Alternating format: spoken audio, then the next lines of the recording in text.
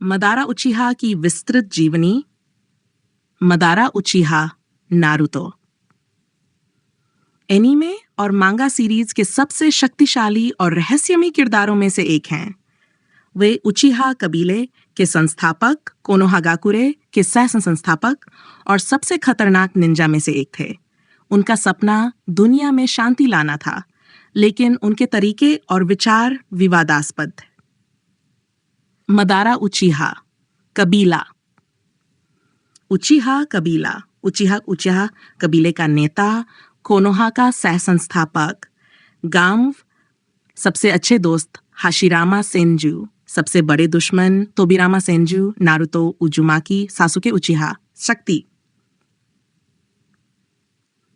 शक्ति Mangekyo Sharingan, Rinnegan, Susanoo, wood style, eternal Mangekyo Sharingan, इतेन। बचपन और प्रारंभिक जीवन। मदारा उचिहा का जन्म उचिहा कबीले में हुआ था, जो सेंजू कबीले के साथ निरंतर युद्ध में था। उनके पिता ताजिमा उचिहा एक शक्तिशाली योद्धा थे और उन्होंने मदारा को बचपन से ही युद्ध की कला सिखाई। बचपन में मदारा की मुलाकात हाशिरामा सेंजू से हुई। दोनों के विचार समान थे। वे शांति चाहते थे और बेवजह के युद्धों से बचना चाहते थे। लेकिन जब उन्हें पता चला कि वे एक दूसरे के दुश्मन कबीले से हैं, तो उनकी दोस्ती एक कड़वी प्रतिद्वंद्विता में बदल गई। मदारा और हाशिरामा, दोस्ती से दुश्मनी तक।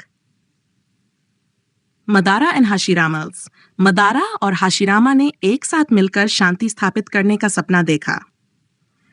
कई वर्षों तक वे दोस्त बने रहे, लेकिन उनके कबीले के बीच की दुश्मनी ने उन्हें अलग कर दिया। कोनोहागाकुरे की स्थापना।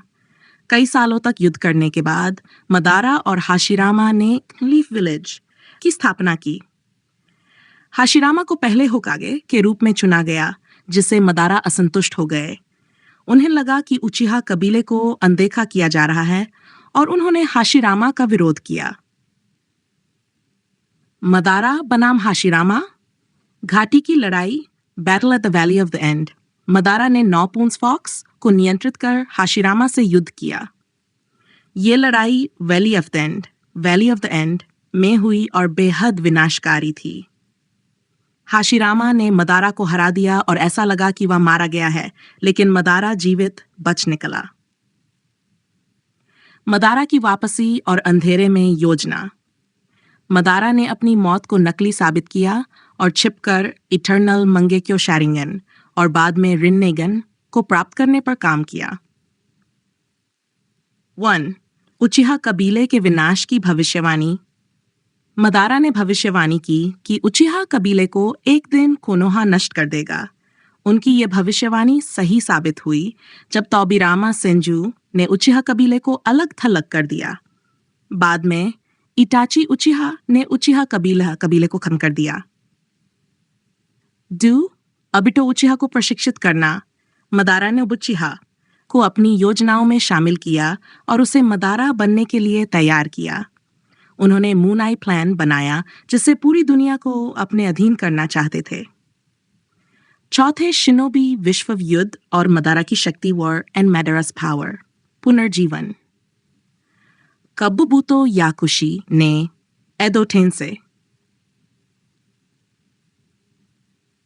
तकनीक से मदारा को पुनर्जीवित किया। पुनर्जीवित होते ही मदारा ने अकेले ही हजारों शिनोबी निंजा को हरा दिया। उन्होंने 5 कागे को भी आसानी से पराजित किया।